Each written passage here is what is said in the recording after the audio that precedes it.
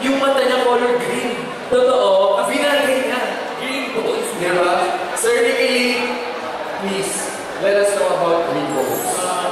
Actually, itong Green Bones, kwento ng magkaaway na gwardiya at ng preso o inmate sa isang penal colony.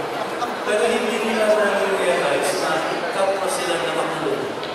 Nakakulong sila sa mga sugat at trauma ng kanilang nakalipas. Nakakulong sila sa kanilang maling paniniwala.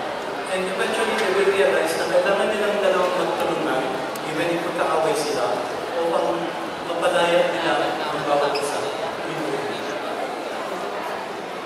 Kuya Dennis, hindi pa kita nakakatrabaho pero sana soon. Pero itong Green Bones, iniisip ko kanina, kung hindi available si Ruru, baka pwede. Puro ako!